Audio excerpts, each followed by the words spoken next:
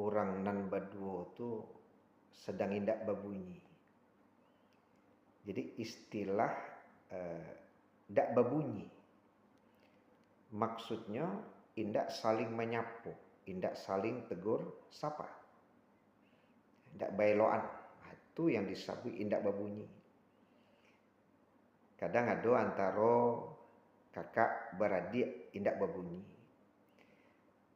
Ada antara tetangga yang indak babunyi. Bahkan ada loh ya, sajamaah cik masjid indak babunyi. Solat lagi bersama-sama. Ya, kadang-kadang saf badakek-dakek tapi tidak berbunyi. Nah, kalau merujuk kepada hadis Rasulullah sallallahu alaihi wasallam bahwasanya la yahillu li mu'minin